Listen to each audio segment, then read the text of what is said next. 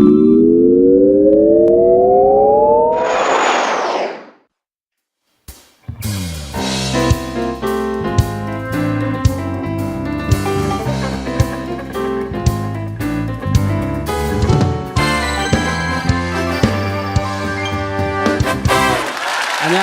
SBS 지식나는 콘서트 아이러브인의 김영석입니다. 반갑습니다. 오늘 강의 제목은 사는 게 재미없는 이 시대의 남자들에게라는 주제인데요. 강의 주제에 맞게 많은 남자분들이 오셨습니다. 사는 게 재미없으신가요, 여러분? 걱정 마십시오. 오늘 강의 정말 재밌고 또 이 힘든 남자분들에게 힘을 주는 그런 강의가 될 것입니다. 강의 시작하기 전에 가수 김조한 씨가 노래를 들려드리겠습니다. 박수로 맞아주십시오. Are you ready to rumble? Oh! Come on. Everybody say yeah. Yeah, yeah. Whoa. Yeah.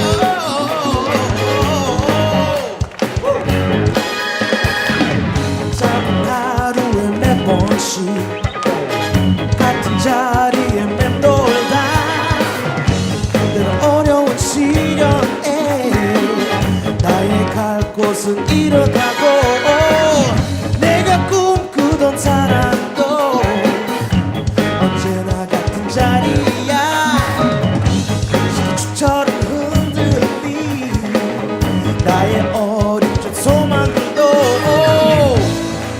그렇게 돌아보지 마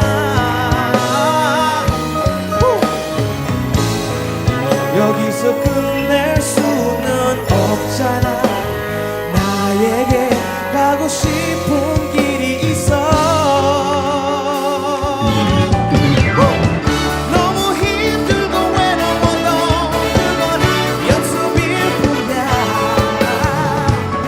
넘어지지 않을 거야 나는 문제 없어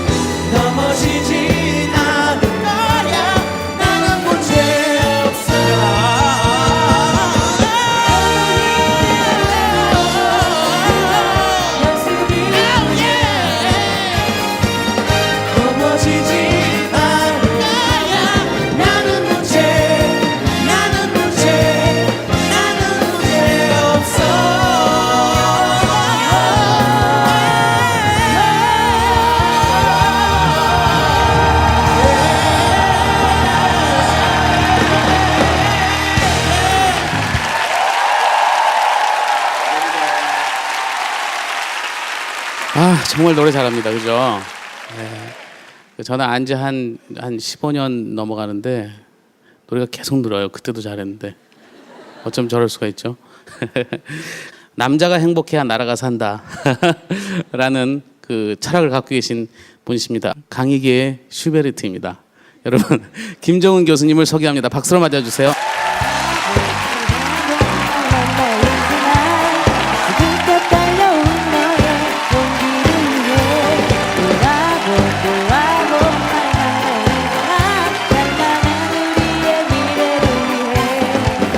예, 아유. 예, 영광입니다. 이런 자리에서 강의하게 돼서. 저도 영광이지만 여러분들도 되게 영광스러운 겁니다. 왜냐하면 내 강의 요새 듣기 쉽지 않아요. 내가 제일 비싼 강사입니다. 오늘 무료로 하는 겁니다. 교수들이 대부분 강의를 잘하거나 글을 잘 쓰거나 둘 중에 하나만 잘해요. 근데 난 둘 다 잘해요. 거기다가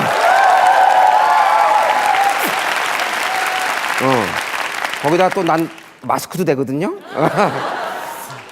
내가 이런 식으로 강의 내내 잘난 체 할 겁니다. 그때마다 좀 마음에 부담이 될 텐데 참으세요. 자, 남자의 행복에 대해서 강의를 하겠습니다.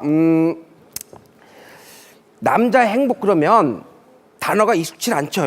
남자의 그러니까 여자의 행복 이건 자연스러운데 남자 그러면 뭐가 붙어요? 대충 책임 또 의무, 야망, 성공 이런 것만 붙어요. 그죠? 그걸 저 심리학에서는 뭐라고 하냐면 소셜 리프레젠테이션 그래요. 사회적 표상이라고 그래요. 그러니까 남자는 원래 행복해질 수 없는 존재예요. 존재 자체가. 근데 문제는 뭐냐면 성공해도 별로 안 행복한 거예요. 야망을 가져도 별로 안 행복해지는 거야. 그리고 나이가 들면 들수록 이제 야망도 없어요. 성공할 기회도 이제 없는 거야. 근데 행복할 수조차 없는 거야. 이게 도대체 어떡하라는 얘기냐 말이죠. 그래서 이 문제를 가지고 좀 내가 고민을 해봤어요. 그래서 몇 가지 그 주제를 가지고 한번 얘기해 보겠습니다. 삶은 말이에요. 순서 바꾸기입니다. 영어로 turn taking 그래. 내가요. 지금 여러분들하고 얘기하지만 내가 혼자 강의하는 것 같지만 그렇지 않아요? 내가 여러분하고 끊임없이 순서 주고받기를 하고 있어요. 내가 말끝마다 지금 이러죠? 이게 뭐냐면 내 얘기 지금 알아듣고 계세요? 물어보는 거 아니에요? 그럼 끄떡끄떡 해줘야지. 이게요. 이게 아저씨들 모아놓고 강의하면 너무너무 힘들어요. 왜냐하면 내가 이러면 대답을 안 한다고. 이러겠어요? 그런데 아줌마들 모아놓고 강의하면요. 강의가 기가 막히게 돼. 왜냐하면 아줌마들은 이 순서 주고받기의 도사들이에요.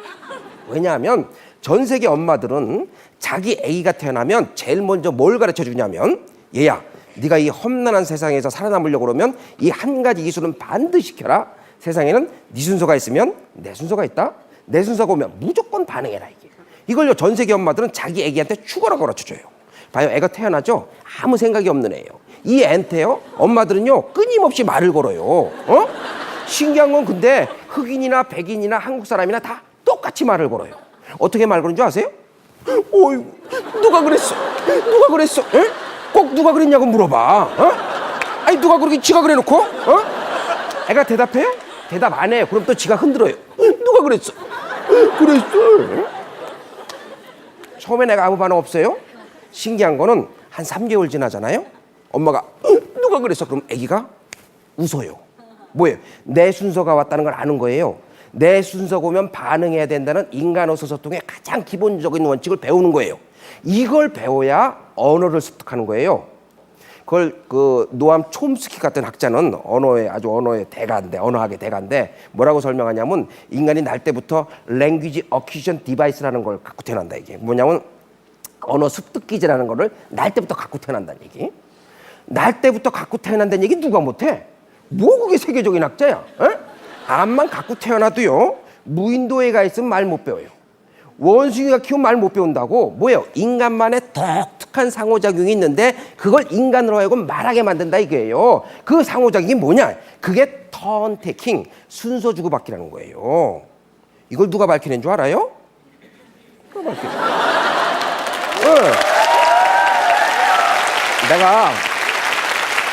내가 얘기를 재밌게 하니까 아주 우습게 보는 경향들이 있는데 그러지 말라고. 자, 여러분 이 광고 봤죠? 이 광고 봤죠? 얘네들이 뭘 하는가 한번 잘 보세요. 자.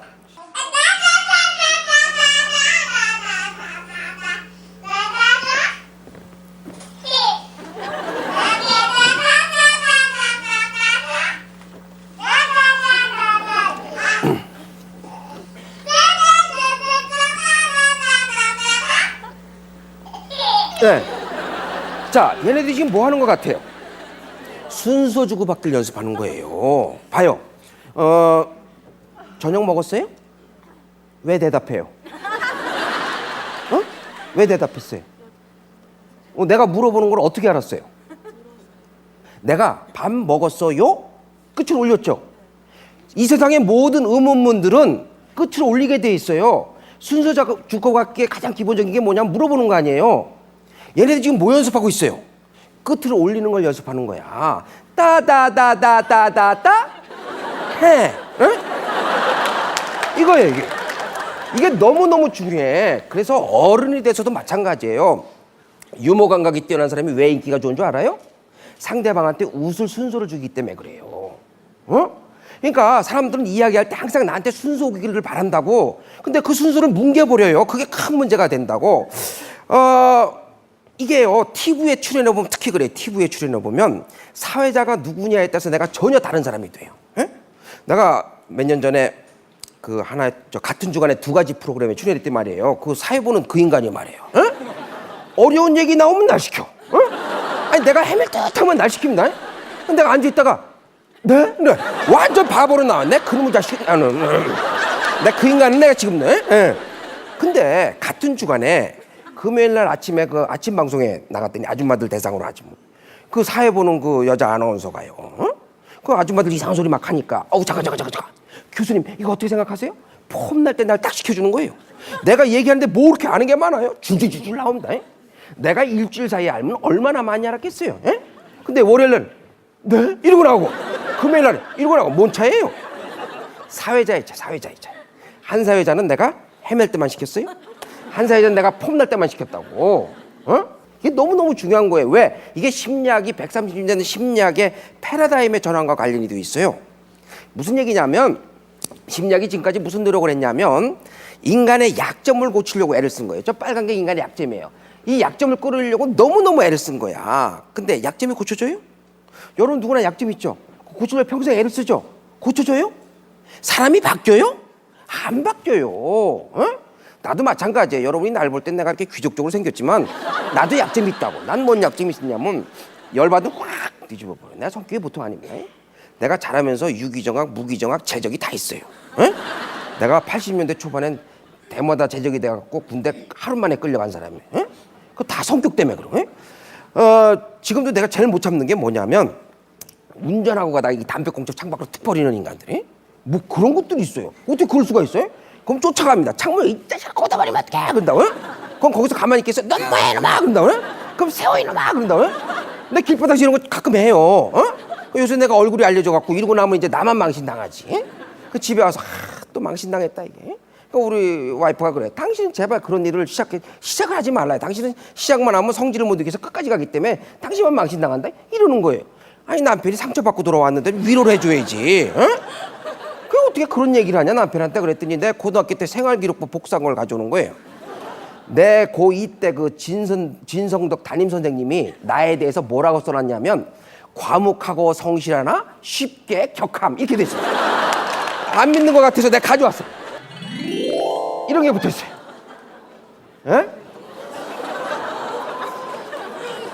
사람 안 바뀌어요. 고2 때 쉽게 격하는 성격이 지금까지 계속된다고. 그러면 어떡하는 얘기냐 이게요. 사람 못 바꾼다 이게요. 약점 못 고친다 이게요. 그럼 어떡하는 얘기냐. 심리학이 130년 됐어요. 패러다임의 전환이 생긴 거야. 그 새로운 심리학의 패러다임에서 나오는 게 뭐냐면 파지티브 사이콜로지, 긍정의 심리학이라는 게 나와요. 약점 건들지 말아요. 못 고친다 이게. 그럼 어떡하는 얘기냐. 약점 대신 장점을 끌어올리면 약점은 저절로 따라서 올라온다 이게요. 지금 사람이 바뀌었어요? 그대로 있어요. 그러나 약점이 평균은 돼 있잖아. 뭐가 더 쉬워요? 약점을 고친다는 거는 이렇게 가다가 거꾸로 돌아서는 걸 뜻해요. 장점을 잡아당기는 건 뭐예요? 가다가 조금 빨리 가는 걸 뜻해요. 뭐가 더 쉬워? 장점을 잡아당기는 거 쉽지. 그러니까 집에 부인들도 말해요. 남편 약점 자꾸 건드리지 말라고. 나도 안다고 왜 건드냐고 그거를. 그러니까 집에 일찍 못 들어오는 거예요. 들어오면 그 얘기만 하는데. 우리나라 교육 문제 가장 근원은 뭔 줄 알아요? 엄마 아빠가 불안하기 때문에 그래요. 우리 와이프가 애들 저 학부모 모임 이런 데 갔다 오면 얼굴이 파래서 와요. 우리가 애를 잘못 키우는 것 같아요. 내가 심리학 박사거든. 내가 불안해질 정도면 다른 엄마들은 도대체 어떨 거냐 이기지. 그러면 그 엄마들이 하는 정보들이 제대로 된 정보냐 이게요. 다 틀린 정보들이에요. 그런데 그 정보를 듣고 오면 심리학 박사인 나조차도 불안해진다고. 뭐 그래요? 엄마 아빠가 아이들에 대한 이 신념이 없는 거야. 믿음이 없는 거야. 우리 아이들한테는요, 누구한테나 한 번쯤은 순서가 와요. 인생에도 순서가 있는 거라고. 매번 잘 될 수는 없는 거예요. 언젠간 순서로 오더라고. 아이들 공부 못하는 것 같고 뭐라고 그러지 말란 얘기예요. 왜냐하면 애들이 어떻게 다 공부 잘할 수가 있어요. 1등 있으려면 꼴찌가 있어야 되는 거지. 그리고 애들 공부 못하는 이유가 아니 엄마 아빠가 공부 잘했으면 왜 애들이 공부 못해? 우리 아들은 전교 1등 했어요.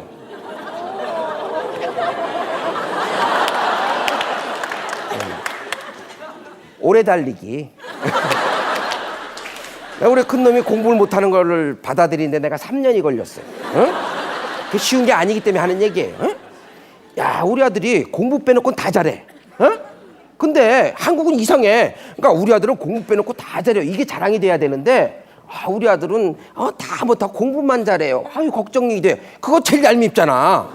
이상해진 거야. 그러니까 우리 아들이 이 학교 다니면서 이 공부만 못하는데 다른 거 갖고 다 잘하는데 학교에서 별로 인정을 안 해주니까 어릴 때 들이받기 시작하는 거예요. 사춘기 때. 야, 아들놈이 들이받으니까 정신 하나도 없어요.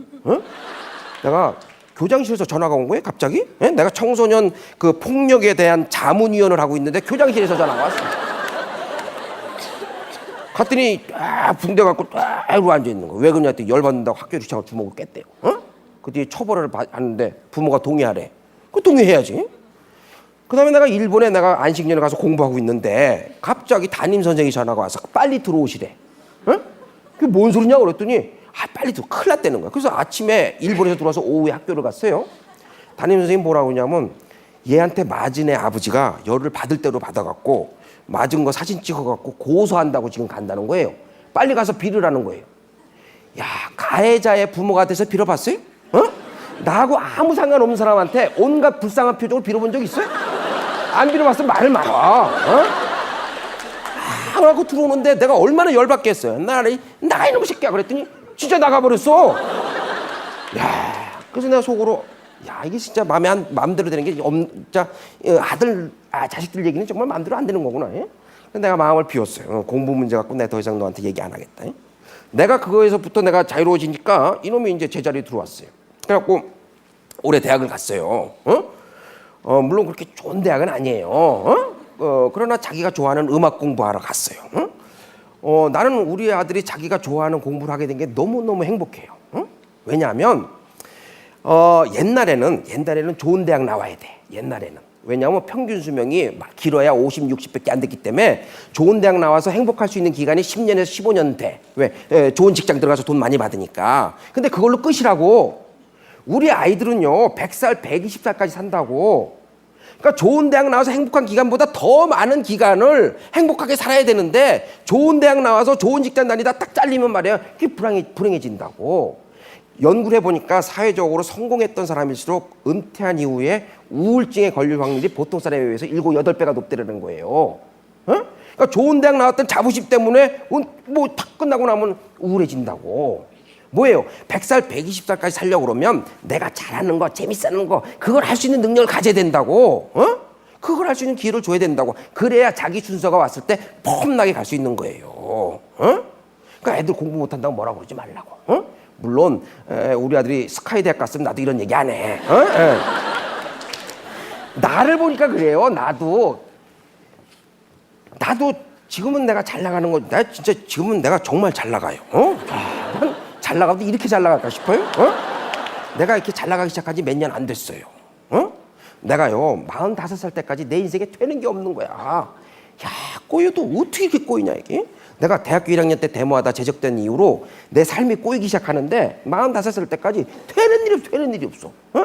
내가 독일에서 박사 받고 독일 애들 가르치다 왔다고. 그거 아무나 하는 거 아니거든요. 근데 한국에 오니까 취직이 안 되는 거야. 왜? 저는 골치 아픈 놈이다 이기지. 취직이 안 되는 거예요. 근데 남들 다 출근할 때 갈 데가 없는 거예요. 남들 다 출근할 때 한남대교 밑에서 낚시해봤어요? 그것도 안 해봤으면 말은 말라고. 얼마나 쓸쓸하고 얼마나 우울해지는데. 근데 갑자기 5년 전서부터 갑자기 잘 나가기 시작하는 거예요. 야, 때가 있단 말이지. 문제는 내 때가 왔을 때 내가 쫙 폼나게 할 수 있는 그 능력을 갖고 있냐 이게. 내가 잘하는 게 분명히 해야지. 내가 뭘 잘하지. 공부 잘하는 사람 많아. 그리고 그 인생 긴 시간 속에서 내가 좋아하는 기회가 왔을 때 딱 잡아할 수 있는 능력은 삶을 재밌게 사는 거예요. 행복하게 사는 거예요. 뭐예요? 자기가 좋아하는 일을 하면 행복하고 재밌게 살 수 있는 거지. 그러니까 이 삶에 순서가 있다는 걸 기억하자고. 지금까지 순서가 안 왔으면 언젠가는 온다 이게. 언젠가 왔을 때 그걸 잡아낼 수 있는 능력은 어디서 생겨요? 내 삶이 즐겁고 재밌어만 생긴다. 이 세상에서 가장 무서운 질병이 뭔지 알아요? 열등감이에요. 열등감. 자기 열등감. 내가 나를 사랑하지 않는 거야. 그러니까 삶이 재미없다는 건 뭐냐면 내가 나를 사랑하지 않는 거지. 봐요, 한번 생각해 보자고. 내가 나를 사랑하지 않는데 도대체 누가 나를 사랑해 주겠냐고. 그렇잖아요. 내가 강의하면서도요, 열등감 가진 사람들은 한눈에 툭툭 들어와. 어? 삐죽삐죽 된다고. 지금도 한 3명이 삐죽삐죽 돼. 아니 내가 뭘 잘못해서 그래? 어? 아니 이거 봐요. 내가 전공한 거 내가 이럴 때 잘난 체 안 하면 내가 어디 가서 잘난 체 하겠냐고. 내가 그냥 일상생활에서 만나서 얘기하면 이렇게 잘난 체 하면 내가 또라이 이게 정상이야? 어? 이건 내가 전공한 거니까 자신 있으니까 얘기하는 거라고. 여러분들도 자신 있는 거 얘기하라고. 요리사가 한테 와서 내가 요리를 설명하면 나 겸손하게 듣는다고. 왜? 그 사람 전문이니까. 그런데 내 강의를 들어와서조차도 삐죽삐죽 된다고 3명. 어? 바로 알아요, 바로 알아. 왜? 봐요, 옆 사람이 잘 안 웃으면 나도 잘 안 웃게 되잖아. 어? 그 열등한 사람이 한 명 있으면요, 그 주위가 시커매져, 시커매. 왜? 옆에서 나 막 웃고 싶은데 옆 사람이 이러고 있으면 자기도 모르고 이렇게, 그래 그 주변이 점점 시커매진다고. 그런 사람들이 많으면요, 그 조직이 다 망가지는 거예요. 그런 인간을 뭐라고 그래요? 암적인 존재라고 그런다고. 어? 그 왜 그런 현상이 생기냐 이게. 내가 나를 사랑하지 않기 때문에 그래. 제발 나와 싸우지 말란 얘기예요. 이게 한국 중년 남자들이 문제가 뭔지 알아요? 자꾸 나하고 싸우려고 그래. 자꾸 나하고. 어? 특히 그 마라톤 하는 사람들 갔다 온 마라톤 그 완주하고 난 다음에 꼭 뭐라고 그래요? 나와의 싸움에서 이겼다 그런다고. 아 왜 나하고 자꾸 싸워? 건강을 위해서 뛰는 거야. 건강을 위해서 뛰는 거라고. 우리나라 국정원도 몰라. 엄청난 우연적인 사건으로 해서 독일이 통일이 돼. 권총에 옆구리 찔려봤어요? 그 사람이 한국 사람이에요. 진짜로. 두 번째, 삶은 우연이에요. 생각해보라고. 한 달 전만 하더라도 나하고 만나서 이 강의 들을 거 예상이나 해봤어? 어쩌다 이렇게 된 거야.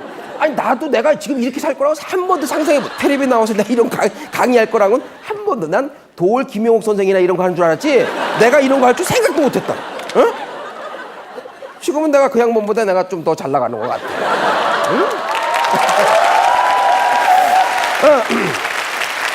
근데 다 우연이라 이게. 내 개인적인 삶뿐만 아니라 엄청난 역사적인 사건들조차도 우연의 연속이에요. 독일의 통일이 어떻게 된 줄 알아요? 내가 독일의 통일이 될 당시에 거기에 있었어요. 에? 이건 지금부터 하는 얘기는 우리나라 국정원도 몰라. 통일부에서도 몰라. 독일 통일이 도대체 어떻게 됐는지 모른다고. 에? 결정적인 순간에 엄청난 우연적인 사건으로 해서 독일이 통일이 되는 거예요. 그 자리에 내가 있었다고. 그러니까 오늘 여러분 이 강의 듣는 거를 엄청난 영광으로 생각하라고. 에? 내가 이거 처음 공개하는 거예요. 1989년도 그 여름에서 일어난 일이에요. 동독 그 주민들이 여행을 떠났는데 저 빨간 선이 이제 동독과 소독을 이제 가르는 선이에요. 여행을 떠나면 동독 사람들은 동부 지역밖에 못 가요. 그런데 89년 여름에 여행을 떠났는데 갑자기 희한한 일이 생겼어요. 체코슬로바키아가 이제 동구권이니까 여기서 오스트리아를 못 넘어갔거든요, 옛날에는. 근데 이 갑자기 경계가 느슨해진 거야. 그래서 발을 한번 쑥 내딛다가 쑥 넘어가지는 거야. 오스트리아에 넘어오면 소독에 바로 넘어가는 거예요. 그러니까 그 순간부터 동독 사람들이 줄을 지어서 내려와 갖고 이 체코에서 오스트리아 국경을 막 넘어가는 거야. 난리가 난 거예요. 그러니까 뒤늦게 이제 동독 정부에서 막 국경을 막으라고 해서 먼저 막고 막 그래서 중간에 막 그 뭐 이제 못 넘어간 사람들이 막 데모하고 뭐 돈 주고 사오고 막 이런 일들이 일어나요. 그래서 그 이후부터 89년 여름 이후에 가을 때까지 계속 데모들이 일어나요. 여행을 자유해달라. 그때는 이제 동독 체제에 대한 저항은 아니었어요. 여행을 자유화시켜달라. 이런 데모들이 계속 일어나요. 그 와중에 10월 6일 날 소비에트 고르바초프라는 사람 기억하죠? 그 사람이 이제 동독 공산당 창건 40주년을 기념해서 베를린을 방문해요. 아주 뭐 큰 환영 행사가 열려요. 6. Oktober 1989, Staatsbesuch aus Moskau. Michail Gorbatschow will zum 40. Jahrestag der 이게 DDR 폼나게 와갖고 gratulieren. 고르바초프가 무슨 얘기를 하냐면 메시지는 단순해요. 무슨 얘기를 하냐면 우리 소비에트도 이제 먹고 살기 힘들다. 그러니까 동구권 니들끼리 알아서 마음대로 해라. 그러면서 어떤 결정적인 얘기를 던지냐면 아주 유명한 얘기예요. 위험은 변화하지 않는 이들에게만 찾아온다. 그런데도 그 동독 공산당의 그 호네커는 계속 그 체제를 유지하려고 그래. 그래갖고 뭐 창건 기념일에 그 행사를 하는데 뭐 어마어마한 행사를 해요. 어? 이 호네커가 제일 존경한 사람이 누구냐면 김일성이었어요. 어? 그래서 호네커가 정기적으로 그 북한에 가갖고 이런 데모하고 막 횃불 들고 막 집회하고 막 이런 거 쇼하고 이러는 걸 다 배워와요. 어? 그래서 그걸 똑같이 한다고. 어? 막 어마어마해요. 그 장면을 봤을 때는 동독은 절대 안 망하는 거야. 그런데 여행 자유해달라는 데모를 계속하니까 89년 11월 9일 날 아주 희한한 일이 생겨요. 어떤 일이 생기냐면 이제 귄터 샤보브스키라고 하는 그 동독 공산당 대변인이 있어요. 그 대변인이 이제 법을 개정했다라고 하는 여행관계법을 개정했다는 걸 이제 발표를 해요. 그러나 그건 그냥 맨날 하는 얘기야. 맨날 개정했다고 그러는데 뭐 현실적으로 변하는 게 하나도 없어. 그래서 그날도 이제 이 귄터 샤보브스키가 전날 술을 잔뜩 먹고 와갖고 회의도 안 참석했어. 그냥 주어진 거 읽으러 나온 거예요. 에? 그런데 이 읽으러 나오는 그 상황을 전 세계 텔레비가 녹화를 하고 있었어요. 이때 이 귄터 샤보브스키가 술에 취해서 아주 이상한 소리를 한마디 해요. 그 소리하는 그 이야기하는 바로 그 장면이 한번 보세요. Über Grenzübergangspunkte der DDR auszureisen. Das tritt nach meiner Kenntnis ist das sofort. Unverzüglich. 여기에요. 이 퀸터 샤보브스키 지금 뭐라고 그랬어요? sofort. unverzüglich. 이게 무슨 단어냐면 sofort. 바로 즉시 이 뜻이에요.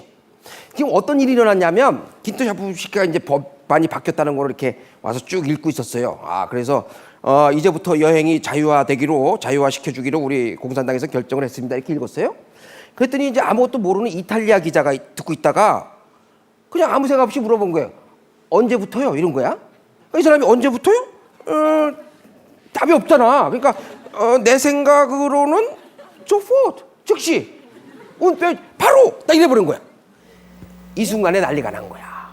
이 순간에 이걸 보고 있던 동베를린 사람들이 때로 몰려 나오는 거예요.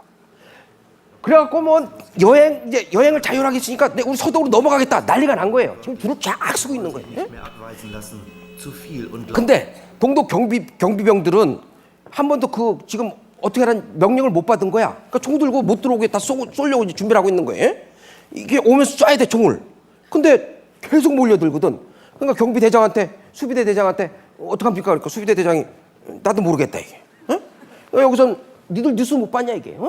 바로 여행 자유화 됐다 이게. 그러고 넘어가 버리는 거야. 수비대들이 다 비켜줘요. 그래서 다 넘어간 거야. 그 말 실수 하나로 독일이 통일이 돼버린 거예요. 이 엄청난 일이 일어났다고. 이게 2년 전에 뉴욕타임즈에 대해서 특필이 됐어요. 그때까지 사람들이 그걸 몰랐다고. 2년 전에 뉴욕타임즈에 그 대해서 특필, 내가 10년 전부터 그 얘기를 하고 다녔거든. 2년 전에 그 얘기를 하더라고.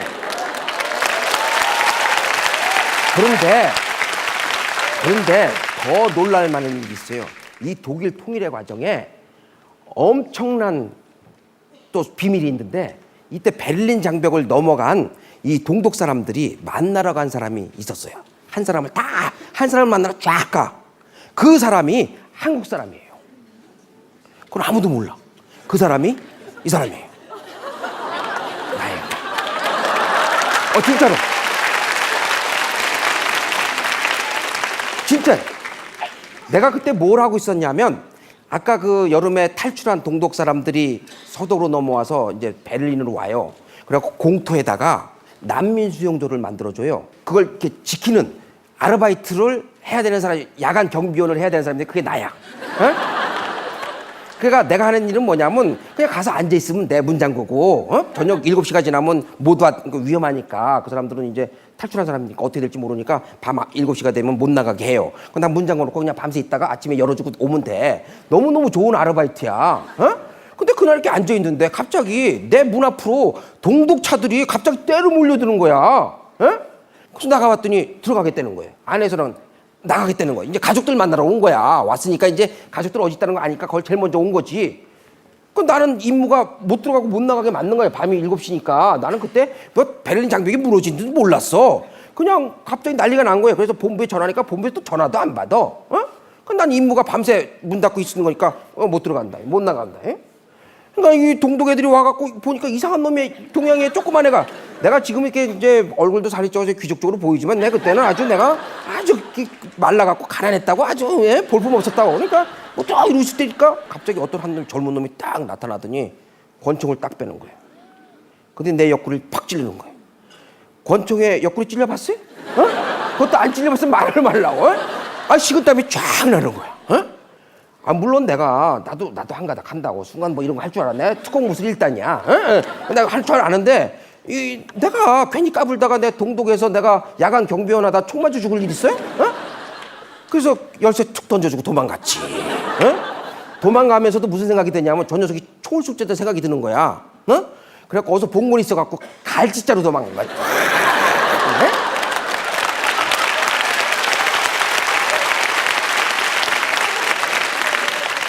그 다음날 잘렸어요.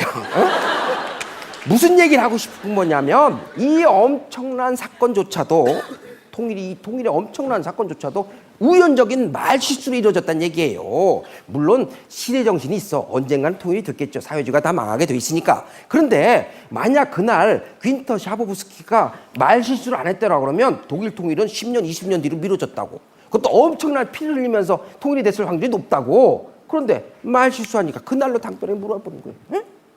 그런 엄청난 사건도 우연인데 내 인생은 얼마나 우연이겠냐 말이지. 자, 그러면 문제가 생기는 거야. 내 삶이 다 그렇게 우연이라고 그러면 도대체 어떻게 살아야 돼? 어떻게 살아야 돼? 그래서 사람들이 갖고 있는 가장 큰 문제가 뭐냐면 불안한 거야. 불안한 거야. 어떻게 될지 모르니까. 여러분 내일 어떻게 될지 알아? 모레 어떻게 될지 알아? 다 불안하다고. 이런 불안들을 극복하기 위해서 인간이 만들어내는 게 뭐냐면 해석학적 순환이라는 걸 만들어요. 그러니까 우연적인 거를 필연적인 걸로 설명을 하는 거야. 그래서 예를 들면 성공도 다 우연인데 열심히 일해서 성공한다고 얘기를 해야 내가 삶을 의미 있게 살 수 있는 거라고. 그래서 그런 의미 체계들을 만들어내는 거예요. 그걸 해석학적 순환이라고. 그러니까 우연적인 사건들을 필연적인 걸로 만들어 놓고 그 필연성에 따라서 내가 행동을 하려고 그러는 거야. 알겠어요? 어려운 얘기인데 이렇게 쉽게 설명하는 건 처음 들어보는 거라고. 이 해석학적 순환이라는 개념이 이렇게 쉽게 설명할 수 없는 거예요. 그런데 이 의미 체계 중에서도 이 긍정적인 해석학적 순환이 이루어져야 삶이 행복한 거라고. 그러니까 좋게 해석을 하고 그러니까 열심히 일해서 성공한다. 이게 좋게 해석을 하는 거지. 그래 열심히 일을 하니까. 그러니까 이렇게 해석학적 체계를 만드는 것 중에서 가장 중요한 게 뭐냐 이게. 긍정적인 해석학적 순환이 가능하려면 도대체 어떤 게 있어야 되느냐? 축제와 휴식이라는 게 이 긍정적인 해석학적 순환을 가능케 해요. 되게 중요한 겁니다. 일단 축제. 우리가 왜 축제해요? 여러분 1월 1일이면 왜 1월 1일 날 왜 우리가 잔치하냐고? 뭐가 중요해? 매년 오는 건데 왜 해야 되냐면 시간이요 무한히 가는 거야. 그런데 이 시간을 우리가 무서우니까 어디로 갈지 모르는 거니까 이걸 딱 잘라서 1년마다 새로 온다고 생각하는 거야.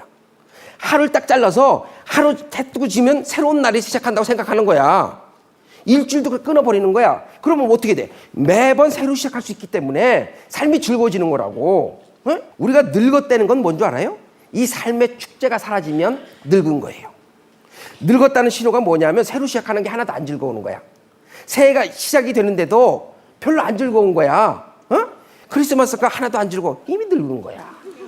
젊은 애들 보라고. 젊은 애들 우리 아들 여자친구 사귀는 거 보니까 100일이라고 잔치하고 200일이라 잔치하고 매번 잔치한다고.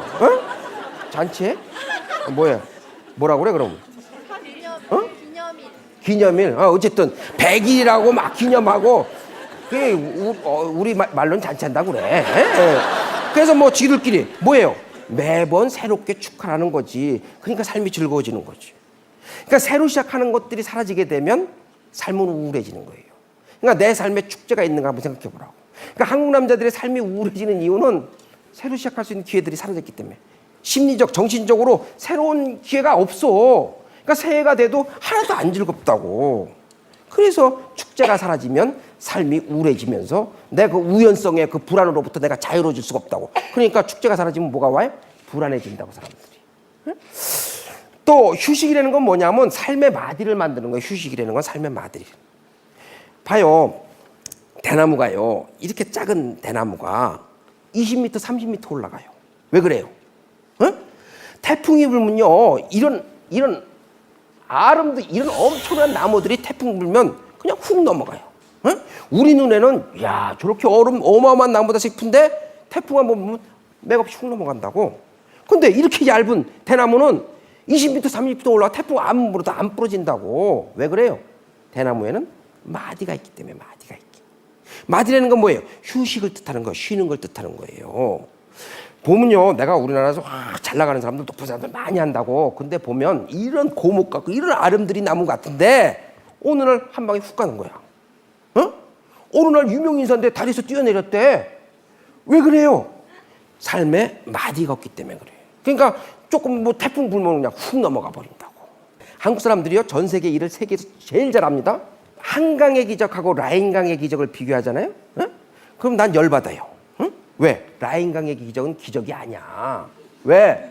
봐요. 독일 애들이 어떤 애들이에요? 세계 1차 대전을 일으켰어. 2차 대전을 일으켰어. 그 옛날에 잠수함, 비행기, 탱크 독일 애들이 다 만들었다고. 어마어마한 나라예요. 전쟁에 졌지만 다시 일어나는 건 그렇게 큰일이 아니라고. 근데 우리는 어떤 민족이었어요? 50년 전에. 에? 풀뿌리 캐먹던 민족이에요. 풀뿌리 캐먹. 먹을 게 없어서. 전쟁은 우리 무기로 했어요? 남의 나라 무기 빌려다가 우리 형제끼리 죽이고 살리고 했다고. 이게 한심한 나라가 어딨냐고. 이때 너무 한심해서 도와주러 온 사람들이 누구냐면 필리핀 사람들이에요. 태국 사람들이라고. 이건 몰랐지. 여러분 저 장축체육관 누가 만들어준 건지 알아요? 필리핀 사람들이 와서 불쌍하다고 만들어준 거야. 광화문 앞에 이쪽에 보면 미국 대사관 뭐 문화관 건물 그거 다 필리핀 사람들이 와서 불쌍하다고 만들어준 거라고. 하도 불쌍해서. 저기 운천 가면 저 6.25 때 태국 군인들이 와서 그 기념비가 있다고. 그 태국 가면 그런 사진들이 있어요. 태국 군인들이 우리나라 고아들 안고 불쌍해서 쳐다보고 있는 그런 사진들이 있다고. 근데 50년 만에 어떻게 됐냐고. 세상에 이런 나라는 없는 거예요. 이건 어마어마한 거예요. 어마어마한 거야. 에? 근데 왜 더 이상 못 가냐 말이지. 응? 일은 세계에서 제일 잘하는데 휴식의 철학이 빠져있기 때문에 그래요. 어? 경영학에서 말해요. 지속 가능 경영 이런 거 얘기 많이 하지. 지속 가능 경영. 지속 가능 경영을 얘기하려고 그러면 지속 가능한 삶을 얘기해야 돼. 지속 가능한 삶. 내 삶이 끝까지 지속 가능해야 돼. 한 방에 훅 가면 이건 예? 그래서 뭐 40, 50대 남자 저 급사율이 제일 높은 나라가 우리나라 아니냐고. 그럼 장례식 가면 뭐라고 그래? 아까운 사람 일찍 죽었어. 아까운. 매번 그런 얘기 듣는단 말이야. 아니 일찍 죽으면 무슨 소용이 있냐고.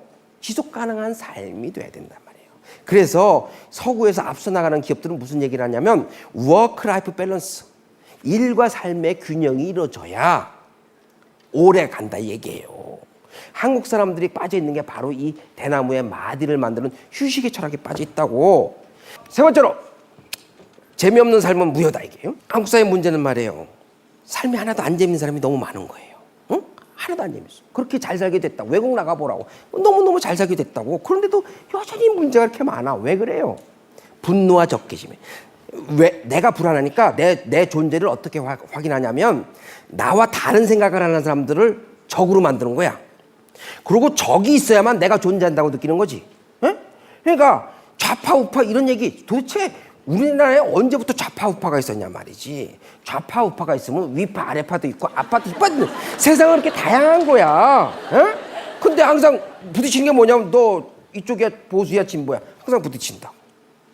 나 욕을 하는 거. 특히 한국 남자들은 이게 뭐 정치 처리되면 이렇게 얘기하다 보면 정체를 요구하는 너 어디야 이렇게 그걸 요구한다고. 그럼 불안해지는 거예요. 어? 왜들 그러냐 이게. 한 정치적 입장이 다를 수도 있지. 왜 다르면 다 죽이려고 달려드냐 말이지. 이게 큰 문제란 말이에요. 그걸 역사의 변증법이라고 그래. 무슨 얘기냐면 역사의 변증법이란 한 시대를 발전시켰던 동력이 다음 시대의 발전에 발목을 잡는다는 얘기예요.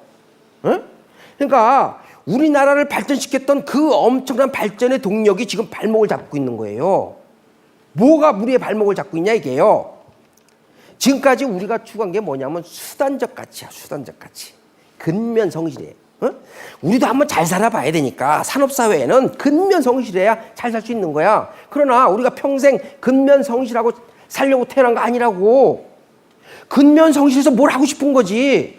그렇잖아요. 수단적 가치만 생각했지 궁극적 가치, 그런 수단적 가치를 이뤄서 뭘 이룰 거냐에 대해서 한 번도 생각 안 해본 거지. 그 궁극적 가치가 뭐냐 이게요. 그 궁극적 가치란 바로 재미예요. 행복이에요. 아니에요. 행복하려고 사는 거 아니야. 근데 왜 궁극적 가치에 대해서는 아무도 얘기하지 않느냐고. 내가 행복해야 된다, 재미있어야 된다 이렇게 얘기하면 먹고 살기도 바쁜데 꼭 그래요. 아니 암만 먹고 살기도 바빠도 그렇지 내가 이 먹고 살기도 바쁜 시간을 지나면 행복한 삶에 대한 꿈을 꾸면 왜 안 돼? 그 꿈을 꿔야 이 먹고 살기도 바쁜 시기를 지날 수 있는 거지. 왜 그 생각을 아무도 안 하냐 이기지. 그러니까 우리나라에 빠져 있는 건 뭐냐, 행복에 대한 담론, 재미에 대한 이야기가 빠져 있기 때문에 이렇게 그냥 시간만 나면 말이야 정치인들 욕하는 게 다 취미가 돼버린 거지. 아니냐고. 그러니까 딱 그런 사람들 뽑아놓는 거야. 자기가 재미없으니까 그런 사람들 뽑아놓고 니들끼리라 우리서 욕하고 앉아있는 거야. 아니냐고.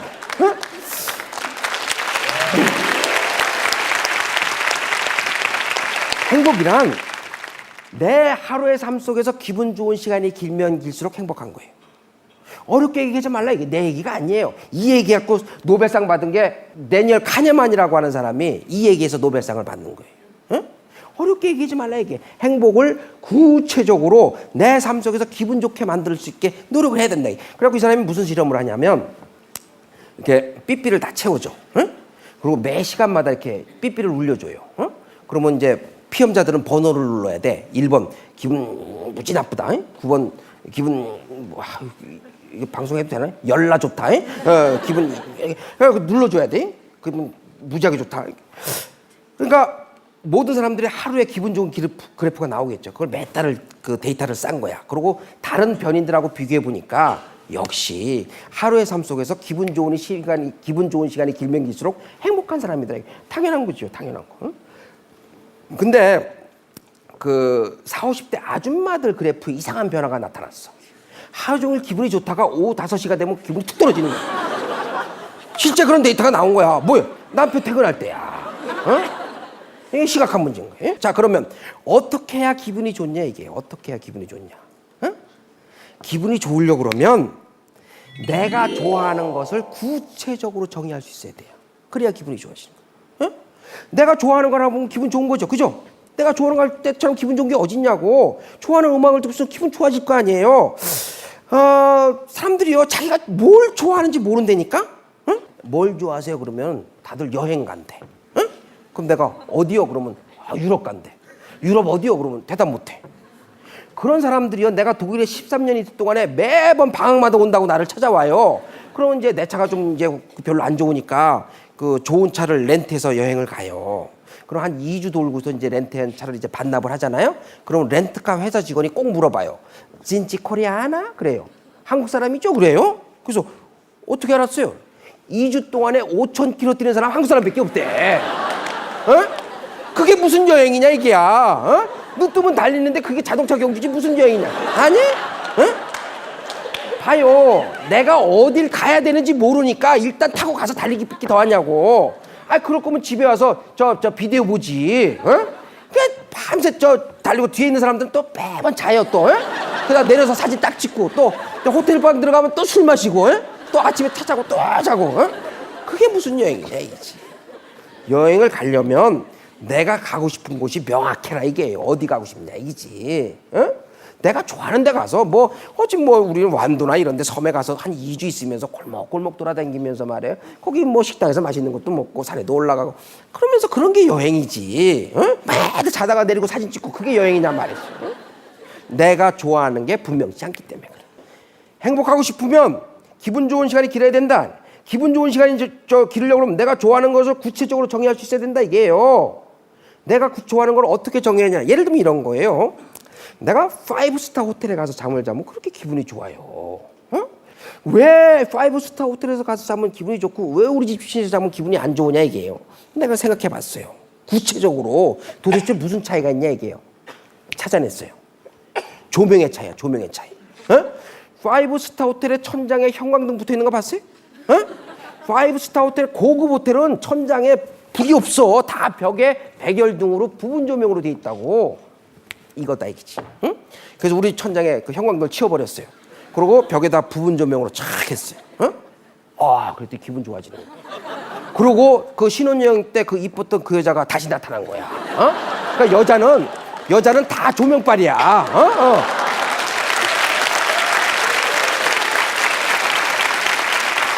근데 뭔가 또 부족해. 뭔가 그래 또 완벽하게 만족스럽진 않아. 그래서 또 뭐가 비어 있냐? 아직도 뭐가 차이가 나냐? 그거 가만히 찾아보니까 찾아냈어요. 하얀 침대 시트 커버야. 고급 호텔에 가면요 다 침대 시트 커버가 하얘요. 이거다 이거지. 그래서 와이프한테 하얀 침대 시트 커버 해달라. 응? 그랬더니 와이프가 날 딱 째려보는 거야. 당신이 다 빨고 데리고 다 할 거야? 그래. 근데 내가 돈 벌어서 뭐 할 거냐고. 내가 우리 집 침실에서 안 행복하면 도대체 어디 가서 행복할 거냐고. 한번 생각해 보자고.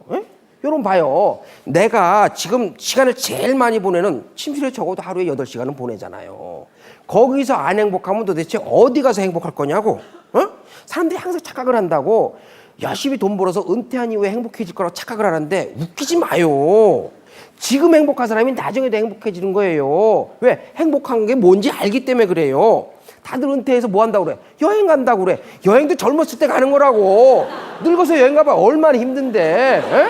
아 그럼 편안한 저 크루즈 여행 간대. 크루즈 여행 가봤어요? 그게 얼마나 지겨운 줄 알아? 배 안에 갇혀갖고. 에? 그것도 뭐 이렇게 댄스 추고 이런 사람들이랑 가는 거지. 춤 한번 배워본 적은 다 춤이 추라고 그러면 아랫도리만 비비려고 그게 무슨 춤이냐고. 에? 그러니까 그런 착각에서 벗어나지 못한다. 지금 행복해야 된다고. 지금 내가 시간을 제일 많이 보내는 데서 행복해야 된다고. 하얀 침실 해봐달라 이게. 안 해준대요 그래도. 그래서 막 자다가 새벽 3시에 4시에 막 깨는 거야. 그리고 불을 켰다 껐다 문을 닫았다 열었다 탁 마누라가 왜 그래? 그러면 불면증이야. 하얀 침대 시트 커버에서 잠이 잘 올 것 같아. 나 안 해준대. 그럼 내가 잘할 수 있어. 최선을 다할게.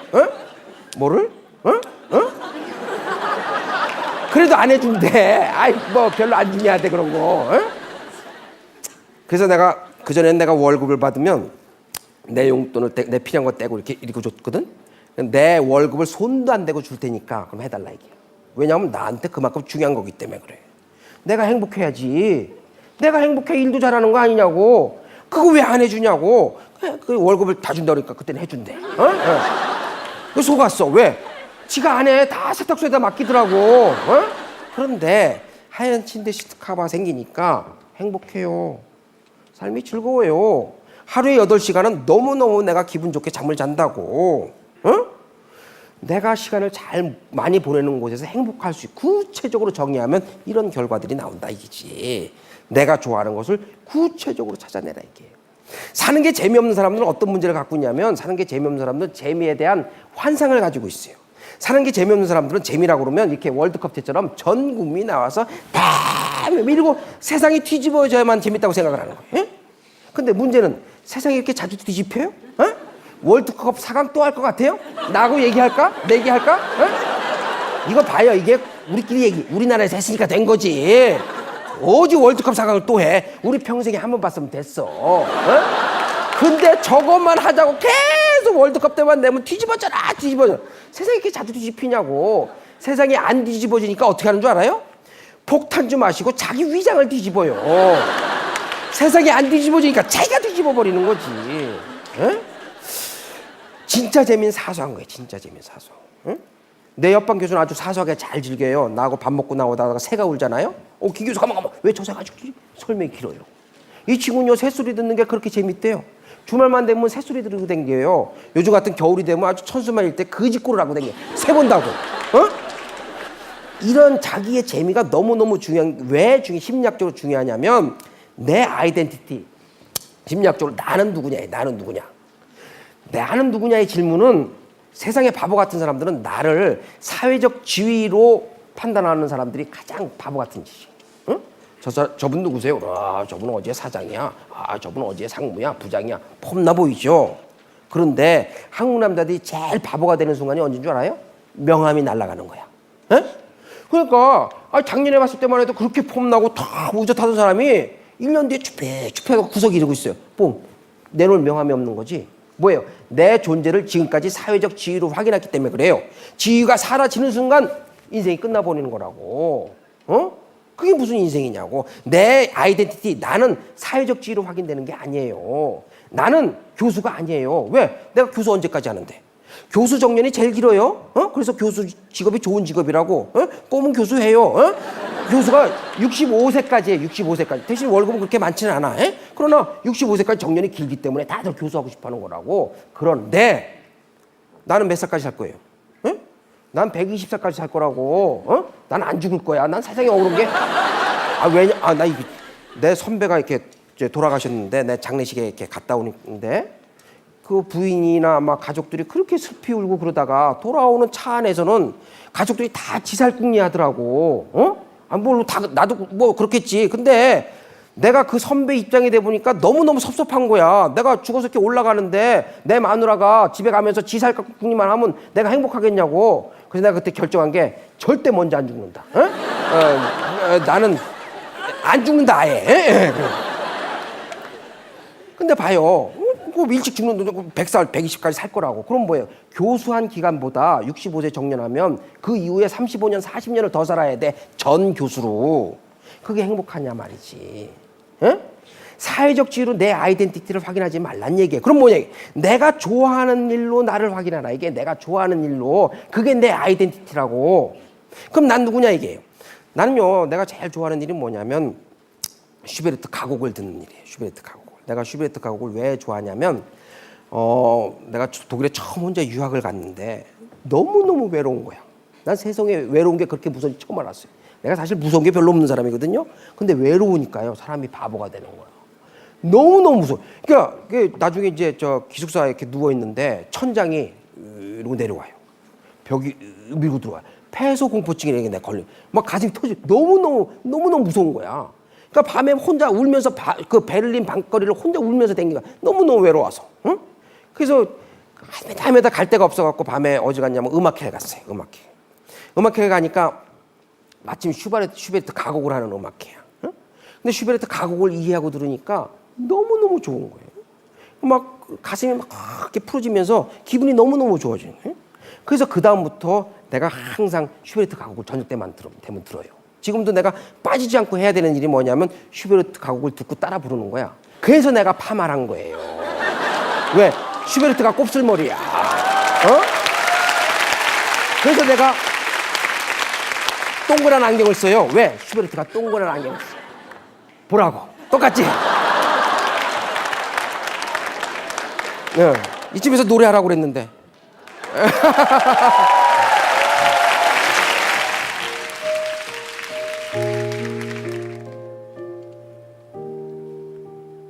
Du bist die Luz der Friede mild, die Sehnsucht du uns passt ist hier. 그래서 여기까지. 난 이런 노래 들으면 내 마음에 쫙, 내 마음을 치료하는 시간이 된다. 그러니까 내가 좋아하는 시간이 바로 내가 치료하는 시간이에요. 그래서 사람이 죽을 때 말이에요. 껄껄껄하고 죽어요. 웃으면서 죽는 게 아니야. 아쉬워서 죽는 거야. 첫 번째 껄이 뭐냐면 좀 더 베풀고 살 껄. 웃음이 넘어가는 거예요. 숨 넘어갈 때. 좀 더 베풀고 살 껄. 왜냐하면 죽을 때 되면요. 그지도 돈 있다고, 그지도 돈 재산 정리하면 돈 1,000만 원 나온다고, 그지도. 이 입는 뭐 들고 다니는 거 정리하면 돈 나온다고. 그거 두고 가는 게 아까운 거지. 두 번째 거리 뭔지 아세요? 좀 더 용서하고 살 걸. 이러시면 거예요. 죽을 때 되면요 그렇게 미운 놈들 얼굴이 떠오른대요. 이럴 줄 알았으면 좀 용서나 하고 갈 걸. 이미 늦었어. 마지막 거리 뭔지 아세요? 제일 중요한 거예요. 좀 더 재미있게 살 걸. 이러고 숨이 넘어가요. 이게 인생이었냐 이게요. 내가 이러려고 평생 아둥바둥 살았냐 이기지. 응? 이럴 줄 알았어. 좀 재밌기나 살 걸.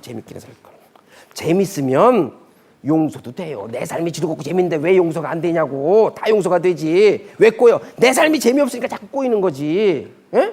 내 삶이 즐겁고 좀 베푸는 게 왜 안 베풀어지냐고. 그래 가져 이렇게 되는 거 아니냐고. 재밌어야 된단 말이지. 에? 이게 사회적 지위가 높아지고 올라가면 올라갈수록 못하는 게 많아지더라고. 근데 내가 뭐 잘 나간다고 자랑을 했지만 너무 잘 나가다 보니까 어떤 문제가 생기냐면 심리적으로 어느 순간부터 내가 맛이 가요. 내가 맛이 가는 현상이 뭐냐면 자꾸 짜증을 내. 자꾸 화를 내. 이거 정상 아니에요? 내가 돈을 안 많이 벌면 뭐하냐고. 자꾸 짜증낸다는 얘기는 뭐야. 삶이 하나도 안 재밌다는 얘기 아니냐고. 응? 뭐가 잘못된 거라고. 돈이 안만 벌려도 내 삶이 즐겁고 재밌지 않으면 그건 내 인생이 아닌 거야. 왜? 내가 하고 싶은 건 못하고 산다는 얘기 아니에요. 그래서 내가 올해 1월 달부터 내가 모든 거 다 끊고 내가 학교에 안식년 신청해서 1년 동안 내가 일본에 가 있어요. 응? 돈 벌려고 사는 거 아니잖아요. 응? 내가 하고 싶은 거 하고 싶어서 태어난 거 아니냐고. 내가 50인데 이제 올해 50이에요. 50 돼서도 내가 하고 싶은 거 못하면 언제 가서 내가 하고 싶은 거 하고 있냐고. 응? 내가 좋아하는 거 하고 싶대. 그래서 나는 내가 글 쓰는 게 난 너무너무 행복해요. 그러니까 내가 이렇게 신문 칼럼 같은 거 쓰잖아요. 그러면 새벽 2시쯤에 그 원고를 보내면 내 원고를 다시 내가 읽고 싶어서 새벽 5시에 내가 깨. 그리고 20번도 더 읽어. 그리고 속으로 신이시여 정말 내가 이 글을 썼단 말입니까? 이러고 읽어. 남의 평가하고 상관없는 거예요. 그렇게 행복하다고. 내가 좋아하는 거. 그래서 내가 그 일본 가서 내가 그 조그만 시골 도시에 가서 1년 동안 내가 글 쓰고 내가 하고 싶은 거 하고. 돈이 중요한 게 아니더란 말이지. 내가 하고 싶은 거 행복하고 사는 게 제일 중요한 거지. 내가 내 인생 내가 책임지지 않아주면 누가 책임져 주냐고. 그 죽을 때 이러고 죽을 거냐고. 아니지. 내가 하고 싶은 거, 보고 싶은 거, 느끼고 싶은 거 지금 해라 이게요. Do it now. 내가 제일 좋아하는 단어예요. Do it now. 네, 여기까지입니다. 감사합니다.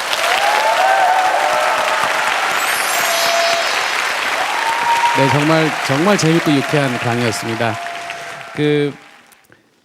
쉴 새 없이 정말 웃었던 것 같아요. 예, 재밌게 살기 위해서 인생에 필요한 것은 바로 사랑하는 사람과 같이 있는 것 아닌가 생각이 듭니다. 예, 그래서 여러분 팀의 목소리로 Just the Two of Us 노래 들려드리겠습니다. Alright, this song is for all of you out there. All those who are depressed, this song is for you. So sit back and relax and check it out. I see the crystal raindrops fall, and the beauty of it all is when the sun comes shining through to make those rainbows in my mind. So when I think of you sometime, I just wanna spend some time with you. Just the two of us, we can make it if we tried. Just the two of us, just the two of us, just the two of us, building castles in the sky. Just the two of us, you and I. Whoa, yeah.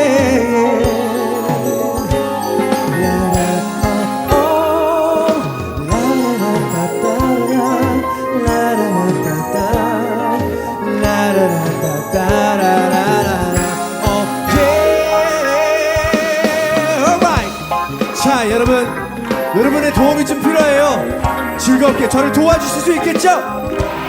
Here we go. Say ho, say ho, say ho. 나 소리 질러. Say ho, say ho, say ho. 나 소리 질러.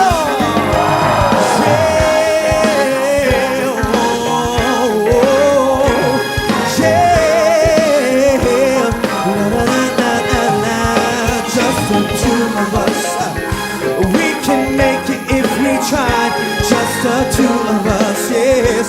Just the two of us, just the two of us, building castles in the sky. Just the two of us, you and I. Yes. Whoa. La la oh oh. La la la da da da da. 감사합니다. 사랑합니다.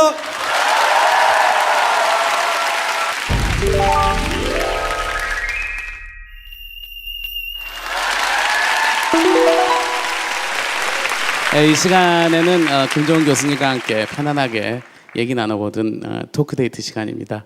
오늘 너무 강의 정말 잘 들었습니다. 아, 예, 고맙습니다. 예. 예, 제가 발음이- 감기 기운이 있어갖고 목소리가 조금 예. 불편했지만 그래도 뭐 마스크로 버텼으니까. 자, 그 많은 질문들이 와 있는데요. 제가 대신해서 좀 질문을 드리겠습니다. 첫 번째 질문입니다. 그 어느 아내분이 질문을 해주셨어요. 요즘 저희 남편이 바깥일이 잘 안 풀리는지 퇴근해서도 표정이 영 안 좋습니다. 아빠 힘내세요라는 노래도 애들이 불러줬는데 영 힘이 안 난다고 그러네요. 저희 가족이 남편을 위해서 좀 해줄 수 있는 일이 없을까요? 라고 질문했습니다. 저는 한국 남자들이 불쌍한 이유는 자기의 공간이 없기 때문에 그래요. 그러니까 아파트에서 남자들이 있을 수 있는 공간이 어디 있냐 이거예요. 그러니까 부엌에서 뭐 저 아내들이 일하고 힘든 공간이긴 하지만 어쨌든 자기의 공간이 있는 거예요. 여러분 회사에서 임원이 되면 자기 방을 준다고 뭐예요? 자기만의 공간이 있다는 게 그만큼 중요한 거라고요. 근데 한국 남자들이 집에 퇴근하면 자기 공간이 없어요. 안방은 애들이 뭐라고 엄마 방이라고 그런다고. 그럼 거실은 소파 하나인데 소파에서 누워서 채널을 이렇게 돌리는 게 그거 하나밖에 없는 거예요. 근데 그것도 뭐 연속곡 할 때 채널 뺏긴다고.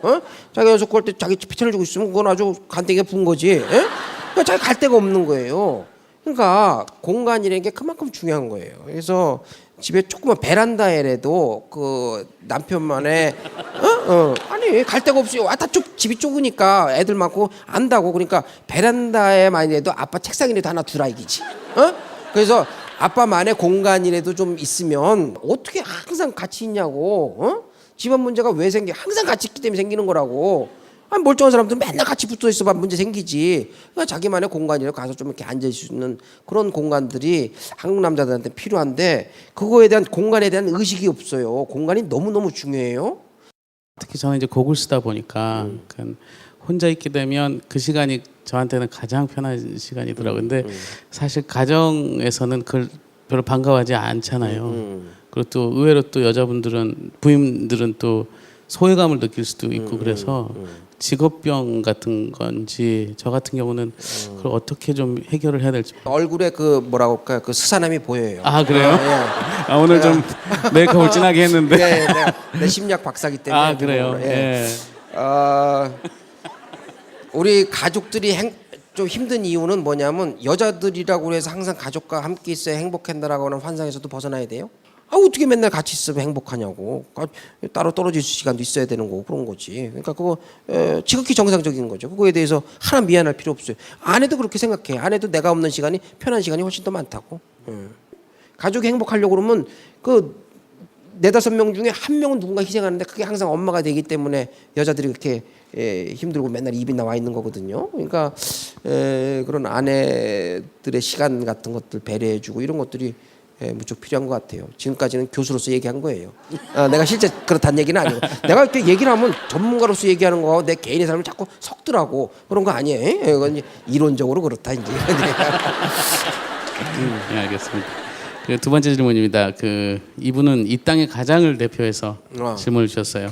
우리 가장들은 가족을 위해서 이렇게 밤낮 없이 고생하는데도 가족들은 알아주지도 않고 오히려 집에서 왕따를 당하는데 도대체 이게 왜 이럴까요? 라고 질문했어요. 지 책임이에요. 그러니까 아니 이건 좀 솔직해질 필요가 있어요.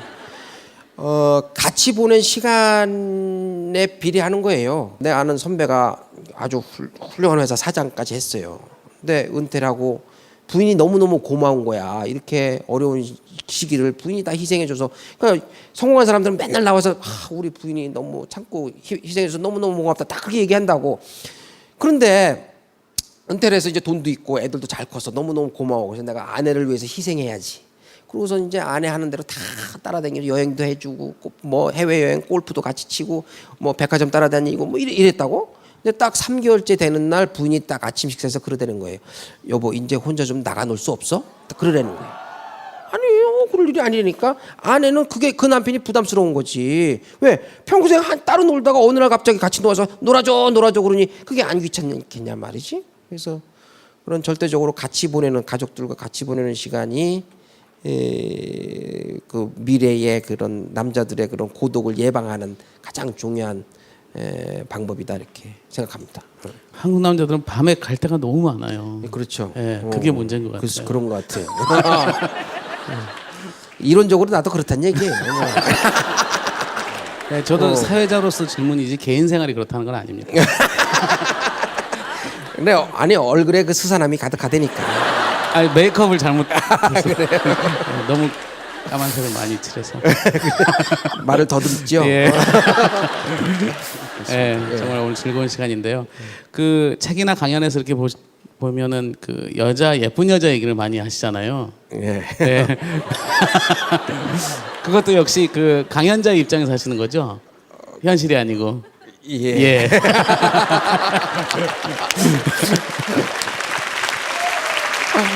네. 사모님께서 이렇게 화 안 내시나요? 그런 여자 얘기하시면은. 뭐 지금은 자기하고 살고 있으니까 자신 있다 이거 네, 뭐 네, 그런 네. 태도겠죠. 네, 짧은 답변이었습니다. 그 오늘 이 자리에 그 질문 있으신 분 질문을 좀 받아보겠습니다. 교수님 강의 잘 들었고요. 네. 재밌게 들었는데 그 초반 부분에 그 한남대교 밑에서 취업이 안 돼가지고 낚시를 하셨다고 하셨잖아요. 지금은 좀 행복하시다고 얘기를 하셨잖아요. 그리고 나서 근데 이제 하고 싶은 것들을 하고 행복해지려면 어느 정도 돈이 필요하잖아요. 근데 이제 그런 것들은 어떻게 생각하시는지. 아니 이거 중요한 거예요. 그러니까 돈 중요해요. 그 낚시를 하시면 물고기가 한강에 2만 8뚝만한 잉어가 나 진짜로. 그래서 잡았는데 이게 용왕이지 않을까 이런 생각을 들었어요. 그래서 내가 풀어준 적이 진짜로 이만 어마어마해요. 아 그래요? 누치 같은 건 막 1m도 나와요. 용왕님은 바닷물에서 하는 거 아닌가요? 그 바다에서 잘못 올라와서 예. 스산하게 집요하네. 네. 제가 AP형이라서. 그 성격이 착하신 것 같아. 내가 스산하다고 그래도 네. 잘 봐도 이게 목이 없는 사람들이 착해요. 나도 목이 근데 그 행복에 대한 연구도 실제 그래요. 그러니까 기본적인 돈이 있어야 행복한 거예요. 그걸 부정하면 안 돼요. 그러니까 돈과 행복은 상관없다. 그건 거짓말이에요. 그런데 어떤 차이가 있냐면 일정 돈을 벌고 나면 그 다음엔 돈과 상관이 없어요. 그러니까 자동차로 비유하면 차 있는 사람이 차 없는 사람보다는 행복해요. 왜? 어딘지 갈 수가 있으니까. 그런데 벤츠나 뭐 이런 뭐 고급 차를 타는 거나 무슨 뭐 저 1200cc 뭐 저 800cc 경차를 타는 거나 행복의 그 내용은 큰 차이가 없다는 거예요. 그러니까 물론 삶을 기본적으로 유지하기 위해서 어느 정도까지 열심히 일해서 나 이걸 유지하기 위해서는 애를 써야 돼요. 뭐 어쩔 수 없는 거예요.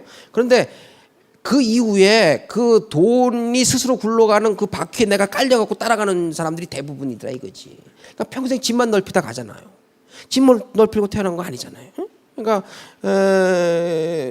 그 돈이 어느 정도 생겼을 때 그 이후의 삶에 대해서 좀 고민할 필요가 있다 얘기죠. 그다음에 그 있을 때 내가 행복할 능력이 있느냐? 그러니까 행복할 능력이 없으니까 아파트나 넓히고 폭탄주나 마시고 이러는 거예요. 예. 오늘 이렇게 그 정말 명쾌하고 상쾌한 정말 멋진 강의 감사드립니다. 진짜 박수 한 번 더 마치겠습니다.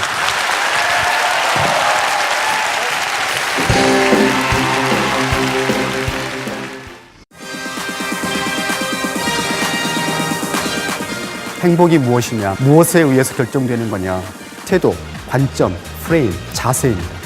인간의 삶은 그리고 우리의 행복은 자신의 태도를 바꾸면 자신의 인생을 바꿀 수 있다는 점, 우리 자신이 빛나는 별처럼 되는 겁니다.